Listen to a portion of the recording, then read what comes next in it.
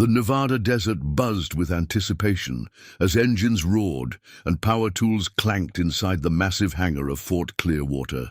It was the final day of the National Custom Tank Build-Off, a military-sponsored competition where elite engineering teams, defense contractors, and college prodigies competed to build and operate fully functional mini-tanks under extreme constraints. Live-streamed across the country, this year's event was bigger than ever.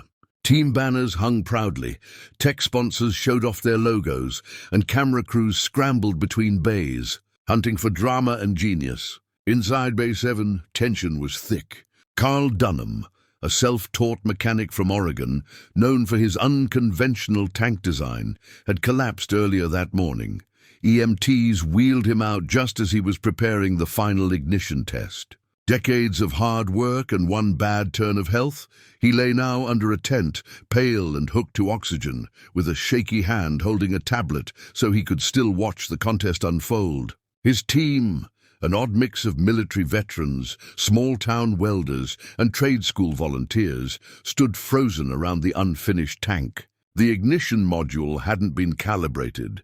The targeting sensors were misaligned. The tank's tread system still dragged slightly to the left. Without Carl, they didn't have a leader or a clear plan. They had 47 minutes left on the clock, and their hopes were slipping fast. Then someone stepped forward. 19-year-old Lena Dunham, Carl's daughter, stood quietly at the edge of the bay in a worn flannel shirt, jeans with oil-stained knees, and an old mechanic's cap covering her ponytail. To most, she was just the kid who helped fetch tools or ran out for lunch. A few remembered seeing her in the background during testing, holding wrenches or sweeping debris. No one thought she was part of the team. Until now, a gruff engineer crossed his arms. "You're not authorized," he said. Lena didn't flinch. "No one else here knows the targeting sequence," she replied. "Even if you do, it's not legal." "My dad didn't build that tank alone," she cut in. "He built it with me. Every night for 6 months. If you want to quit, fine, I'm not going to." She turned and climbed into the tank. From the commentator's booth above, confusion rippled through the speakers. "We're seeing someone unfamiliar taking command of Bay 7's unit," one voice said. "Looks like a girl, maybe part of the support crew." Inside the tank's cockpit, Lena stared at the control panels. She ran her fingers over the custom switches, reading the green backlit indicators. The left track was off by 0.07 degrees. The fire control was misaligned by 1.3 millimeters.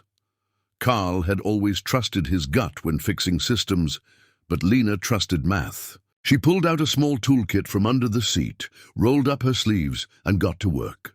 Outside, the clock kept ticking. With 31 minutes left, Lena had already recalibrated the ignition controls, replaced a faulty coolant cable, and resynced the targeting software using a custom patch she had designed for backup. The tank responded better with each adjustment. One of the veterans leaned forward, watching the screen.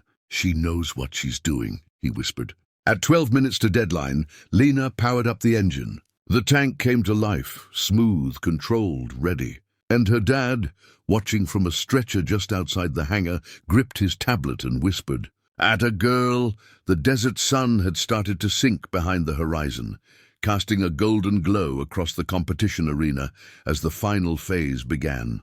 One by one, the tanks rolled out onto the obstacle course, a brutal stretch of terrain filled with rock ramps, debris zones, target markers, and sensor traps designed to test agility, precision, and firepower. Massive screens streamed every second to thousands of online viewers, and spectators lined the fences with cameras in hand. Team Dunham, after an hour of silence and uncertainty, was suddenly back in the spotlight. Lena stood by the driver's hatch, tightening one last bolt before slipping her gloves off. Her heart pounded beneath her grease-smudged shirt, but her face was calm. In the medic tent, Carl sat upright, oxygen tube still clipped beneath his nose, watching the screen with tears welling in his eyes. He knew his daughter had taken over, not just his tank, but his dream. The announcer's voice rang out, "Team Dunham is now entering the course, with Lena Dunham at the controls." A wave of murmurs and surprise flowed through the crowd. Commentators scrambled to adjust their notes. Is she officially registered? Can she even do that? One asked on air. But the rules allowed any team member to operate the vehicle if deemed necessary, and Lena had just proven herself essential. She climbed into the cockpit, gripping the controls like they were second nature. The ignition hummed, the tank systems lit up green across the board. She exhaled and whispered, "Let's go, girl." The countdown hit 0. Lena throttled forward. The tank surged into motion with a smoothness that caught everyone off guard.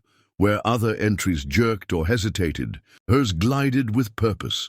She navigated the narrow ramp incline without tipping, fired 2 clean shots at rotating targets with perfect alignment, and spun through the gravel pit with barely a spray. The crowd grew louder with each second, realizing they weren't just watching a lucky kid. They were witnessing brilliance. Judges leaned forward. One whispered to another. That targeting system wasn't in the original specs. "It's hers," the second replied. "She must have coded it herself." As the tank entered the final challenge, a timed sequence requiring a pinpoint pivot and turret lock onto a moving target, Lena bit her lip. The old cooling relay had always overheated here. But she'd replaced it, trusted her fix. She lined up him. The crosshairs timed the turret's swing and fired. Direct hit, a half-second early. The arena erupted. Applause rolled through the audience as Lena stepped out of the cockpit, her hair damp with sweat and a smudge of carbon streaking her cheek. She didn't raise her arms or celebrate wildly. She just smiled and looked toward the medic tent. Carl was already out of his chair, supported by a nurse, grinning like a man watching a miracle. She walked straight to him as the announcer shouted, "Team Dunham has completed the entire course with the top score." Reporters rushed her, flashes popped from every angle, but she didn't stop until she stood before her father. He grabbed her hands, eyes glassy. "You finished it," he said. "I didn't. You did." She laughed softly. "We did, Dad." Later that evening, under string lights and evening stars, Team Dunham was called to the winner's podium.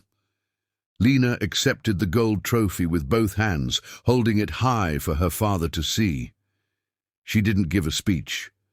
She didn't need to. The world had seen what a mechanic's daughter could do when everyone else doubted her. She didn't just fix a machine, she built a legacy.